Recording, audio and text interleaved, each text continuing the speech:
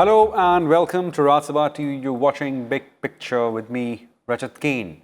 In this edition of the show, we'll talk about the significance of national native languages, or simply put, the mother tongue.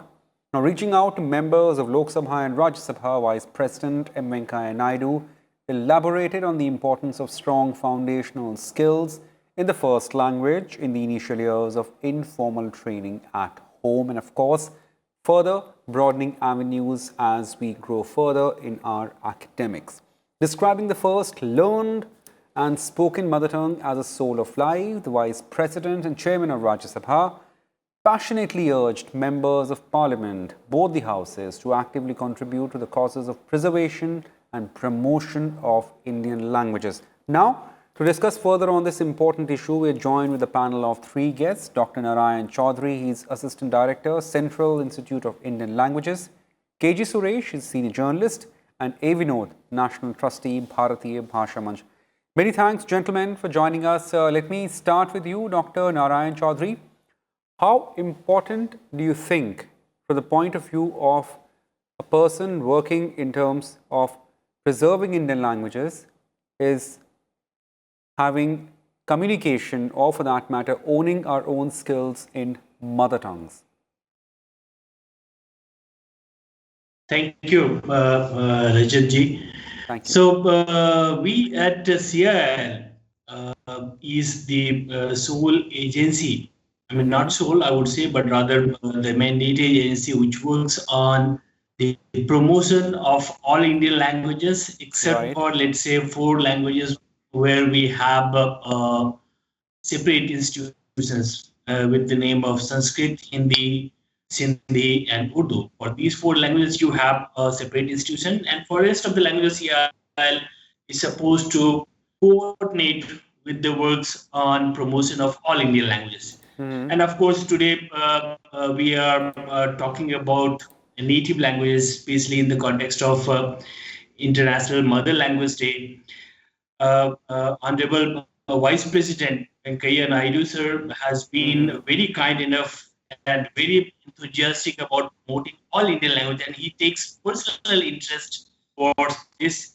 And I personally, the whole of our institute and everyone in India is witnessing that, not just in terms of the promotion of language that is happening during the recent times, also because the kind of changes we are seeing both in the both houses, the parliament, the judiciary, the higher educational institutions, all the places we are giving a focus on mother tongues or the native languages.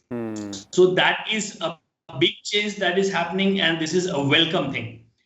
Here, I would like to point out a few things which some people might get confused with. If you see, Venkaiah Naidu sir himself has stated that in India we have 19,500 languages. It's not actually languages. What he meant was basically the mother tongues. Yeah. And the mother tongues that are unique mother tongues that has been given, returned by the people of India when the Ministry of Home Affairs did the survey, the 2011 survey that happened. That in that we got 19,500 names, unique names of the mother tongues. Well, that include like vernaculars and dialects and other things, right? Yes, yes, yes. To give you an example, let's say, for example, if you go to a village where people do not understand what language is, they would say, okay, my language is Dehati. Now we know that Dehati is not a language, but Dehati would be a term that is given to them. And similarly, there would be different terms across different dialects. So those terms have come. But when it comes to rationalization, the Registrar General of India comes up with the total rationalized number of mother tongues at 1,369. Now, these are mother tongues, which includes smaller languages and other things. But the languages, when you come to the actual fact of numbers of languages that can be validatably, rationally said that yes, they are separate languages, then the number is total 121. as per Census of India. And if you look at even internationally, who do some kind of linguistic analysis on whether a language can be called a language or it is just a subpart or kind of a variation of a particular language, then there are some unofficial figures which may put this number to be, let's say, for example, 500 or something. Okay. Now, these 121 languages, these are languages that are being spoken by more than 10,000 people in India. Out of this, 22 scheduled languages that we have in India, which are given in Schedule 8 status, they are they combinedly comprise of a total of 96 point some percent of total population of India. So the rest of 3% of people of India speak different languages, and there are smaller language communities. And of course, they also have some kind of a threat which we keep on getting. Everyone is aware of it. We get a lot of parliament, which is our leaders are sensitized to that. Dr. Choudhary, and we are working certainly. Right. Many thanks, Dr. Choudhary, for your opening remarks. I'll come back to just stay on. KG Suresh, sir, we know that it's not for the first time that Honorable Vice President has spoken or stressed about mother tongues and the native language. Now here, when it comes to the communication, usually have you seen in your career as a journalist and then as a, I would say, as an academic, that native language somewhere still remains to be explored or hasn't really reached that potential when it comes to other areas? We still have a fairly common language to communicate for institutional purpose. Native language so far hasn't reached that stage. Is it so? Absolutely, Rajat. Thanks. My compliments to Rajya Sabha TV for organizing this discussion. Many thanks, I must sir. really appreciate the Honorable Vice President. He has always been passionate about, Indian languages, regional languages, for the simple reason that, I had the privilege of working under him when he was the Honorable Information and Broadcasting Minister, and I was the Director General of Indian Institute of Mass Communication. I vividly remember how we had launched programs in Marathi journalism from our Amravati campus, Malayalam journalism from our Kerala campus, and Urdu and Sanskrit journalism from our Delhi campus. So, and he was so supportive. He came for the program. He lauded the program, and he wanted us to start more such language programs. So he has always been passionate about language. The future of Indian media itself is in the languages, and because more and more people are wanting to, and I've seen, believe me, whether it is my Amravati campus or my Kerala campus, even today I get reports from my former staff there. They say that the maximum enthusiasm is for the regional languages. And today, people even from the remote areas of the states are today from very poor families, very humble families, humble background. They are today joining these courses, because it resonates. Otherwise, we were teaching only English language in these campuses. Today, there is a connect we have been able to establish with the state and its people because of this language, and we are having this discussion on the eve of the International Mother Languages Day. Please remember that this has a great significance. This is celebrated in Bangladesh, in Bengal, as 21 February. 21 February is something, or 21st February is when people laid down their lives in defense of their language. In the then East Pakistan, people were shot dead because they were demanding that their language also be declared as a national language along with Urdu, and then it led to the creation of Bangladesh. This happened on 21st February 1952. So, and it is at the behest of Bangladesh and Bangladeshis that today globally we celebrate this International Mother Language Day. Mother language, yes, you are right that even today there is a little bit of, and that is, believe me, that is because we have been, I would call it the colonial hangover, wherein we are still, that 300 years of British colonialism, which made us somewhere feel that our languages are inferior and, English is a superior language. This is not for or against any language. but it is important that the mother language, what the Vice President, Honorable Vice President, stressed in the letter to the members of Parliament, that the foundation of any child, in fact, he referred right from the Mahabharata, when you had Abhimanyu in the womb of Subhadra, and he recalls that, and how that child learned the basics of many things from while being in the womb. So that's the impact of mother language, that and that is why even in this, the latest new education, national education policy, you find that the emphasis is on the mother language. Right. In the initial years in the primary schools, it is very important. So I believe that once that is established, you see, it is important that each of us think originally. And believe me, the original thinking happens only in one's mother tongue. When you Absolutely, that's translate true. it into some Yeah. other foreign language, it doesn't come naturally. So the spontaneous expression of any human being is in his mother tongue. Right. Whether he's being happy or he's being sad, it comes out in his mother tongue. So I think that importance of mother tongue has been emphasized by the Honorable Vice President, and it has been reiterated in the national education policy, which is very supportive of the mother languages. And I am sure that if the leadership is actually taking the initiative, the day is not far when more and more people would consider it much more relevant and fashionable to speak in their mother tongue rather than speak in any other language. Right. Many thanks, KJ Suresh. I'll come back to you, sir.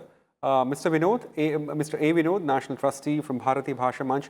So, there is a broader consensus in the panel that, of course, in several years, we have seen that mother tongue has been left behind in terms of perhaps it's more fashionable to speak a common language that is spoken around in the capital or in the bigger cities.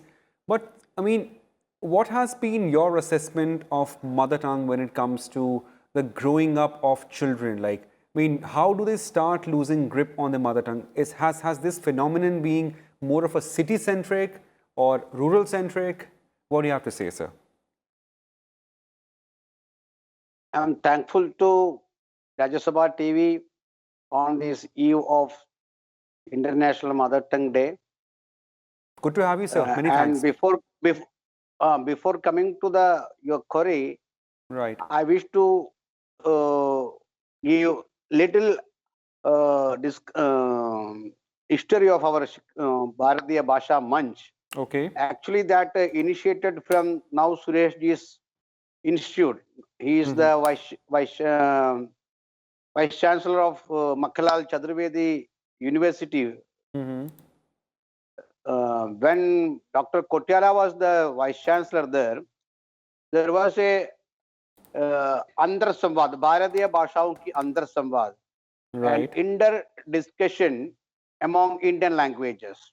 From there, the foundation of Bharatiya Bhasha Manch has started. And the very basic issue is that all the Indian languages were facing the same issue that you have told, that in the higher education, in the research, in the employment, in the governance, everywhere the dominating language is English. So to get into such a good position, even it is in the urban area or in the rural area, the parents thought the only way to succeed in the life is getting education in English. So everybody turned to English medium schools, even the government schools, with a single government order. All the government schools in Andhra Pradesh has shifted, especially the primary schools 1 to 4 is shifted to English medium. And the same thing happened in Karnataka. The same trend is there in Kerala also, and where the language diversity is very prominent in the South India and the northeastern area. And when we thought of discussion on Indian languages or Matrabhasha, immediately the issue of Tamil and Hindi will be coming. Now Okay. we started discussion with all the Indian languages, that is Bharatiya Bhasha meant all our native languages, indigenous languages, local languages should be given equal importance, equal status, not only in the constitution, but in the day-to-day affairs, especially in education, in our day-to-day affairs in the financial sector, maybe in banking, maybe in some other areas, and in the governance, right from Gram Panchayat to the higher central secretariat, Indian languages should be accepted. So here the importance of education is very important. We and the UNESCO also promote the same concept that education based in mother tongue, but education in multi languages, multilingualism should be there, but the education's base, the medium should be the native language of the mother language. Then only the all-round development of the child will be there. Right. Addressing Right. a students gathering at Pune, Deccan Education Society's institution, our former President APJ Abdul Kalam, when the same question was put to him by a little girl, what is the importance of mother tongue in science education, he replied to the child, if we have the education in a foreign language, especially in English, we can make technocrats. But if you give education in your mother tongue, we can bring up scientists.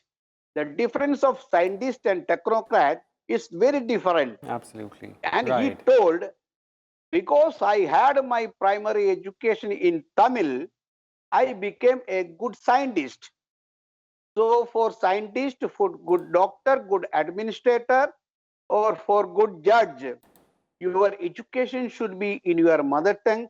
Then only you will have the right perception of the idea, right communicative skill, and the right commitment to the society will be there. Otherwise, you will be Right. alienated. If you go through an alien language, you will be alienated from the roots. So the importance of mother tongue in education is a very big, vital issue. And Right, as sir. Suresh ji told, it is discussed widely in our NAP. Right, right. Thank Many, right, right. That's important and pretty well put, Mr. Vinod. Let me just take it forward to Dr. Narayan Choudhary. Sir, I mean, do you also agree that owning a child or the skills, owning the skills of mother tongue into a child would bring up more better cognitive and educational development in the children, as an analogy of former President Dr. APJ Kalam was cited by Mr. Vinod. Yes.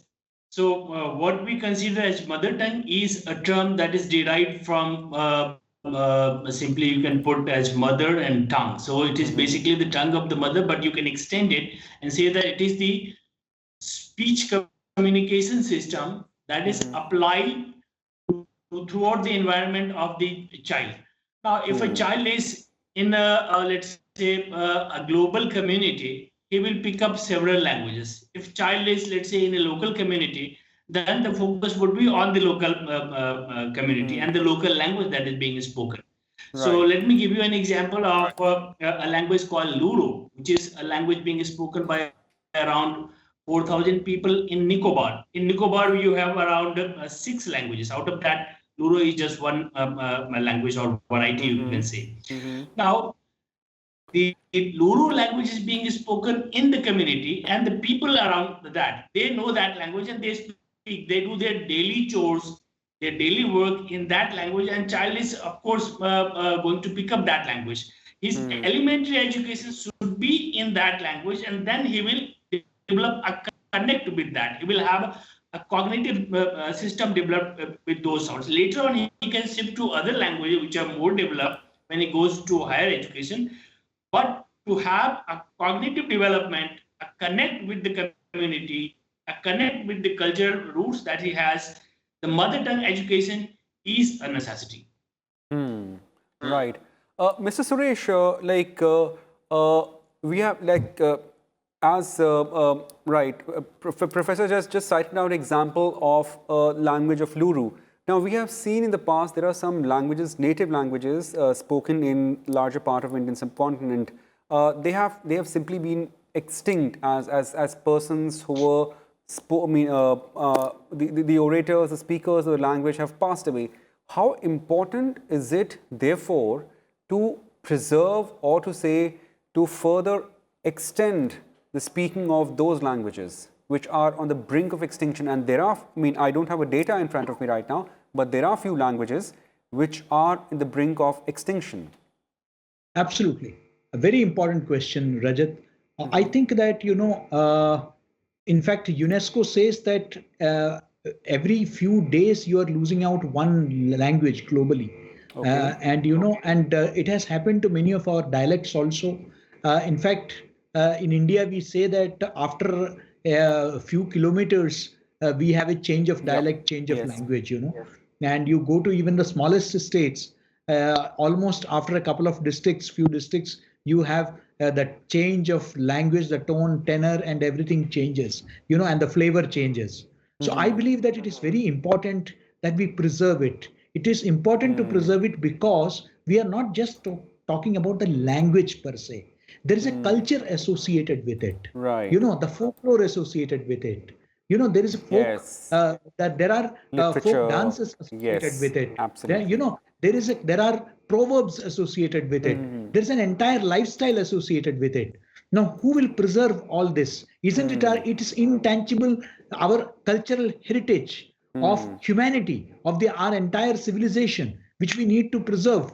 We do not know what all secrets are there in this language. You see, please remember, even today, after so many centuries, we have been unable to decipher the Harappan script because we lost the people, the language. So even today, it's a mystery for us. I'm sure that so many things will come out once we are able to decipher that language. Absolutely. So similarly, it is important. Please remember, when we are celebrating 21st February, we are talking about a whole nation which is saying that, for me, the identity, the linguistic identity is far more important than my religious identity. Remember, this subcontinent was divided on the basis of religion. But this 21st February proves, the liberation of Bangladesh proves that it is language, it is culture, which brings together people, rather than religion. So it has a very immense significance. So the importance of language, it is inalienable part. Somebody living in Kashmir may be professing different faiths, but they will feel much more at ease with each other rather than somebody professing the same religion staying in far off Kerala. The same holds vice versa. So there is a language means there is a cultural integration. It is part of your culture. So that is something that we need to remember. So when we talk about language, and I believe that yes, there are institutions like All India Radio, there are institutions like National Museums and Archives. There are a lot of institutions which have been preserving a lot of this. But I think we need to do more. And one such initiative which can be really successful, I believe, is the community radio platform. Recently, we celebrated the World Radio Day. Community radios can locally preserve and promote the local languages because they operate within a 10 to 15 kilometer radius, and they can capture the essence of that area, and they can capture the folklores, the lyrics, the songs. There is so much which need to be preserved. And I think that we should be setting up community radio stations across the country, which can play a very important role. Educational institutions can play a very important role in capturing, in preserving the essence of those. Otherwise, we are losing out a very important, of our civilizational life. I was worried when the tsunami happened. and Dr. Narayan Choudhary would be knowing much better. We had reports that even some tribes went missing. Yeah, But it's not just few people dying. It's the entire culture, it's it's a the whole, yeah. disappearance of an entire culture which has been there for. So we need to preserve them, for posterity, so that our future generations know that these kind of things existed. They should Right. not become like the extinct, like the dodo. Right. Mr. Suresh, many thanks. I'm really sorry, I'm short on time. Mr. Vinod, I just have a minute to squeeze in here. As Mr. Suresh pointed out, I mean, it's not just about a language or a dialect, it's about the entire gamut of culture and history and civilization. You have, given the current institutional setup, would you propose more initiatives in terms of preserving the native language? Very shortly, sir. I just have like 1 minute for that. Please, sir. Mr. Vinod. Only practicing in our day-to-day personal life, we can restore the importance of native language. The Right, first sir. start from putting our signature, then our name board, the name of the house, shop, or office, that we have to put in our own language should be there. We can put in India both English or Hindi or the native language. But we must put our own native language in all these cases. So certainly, like, yeah, as the three panelists agree that, of course, there are institutional mechanism which is preserving language.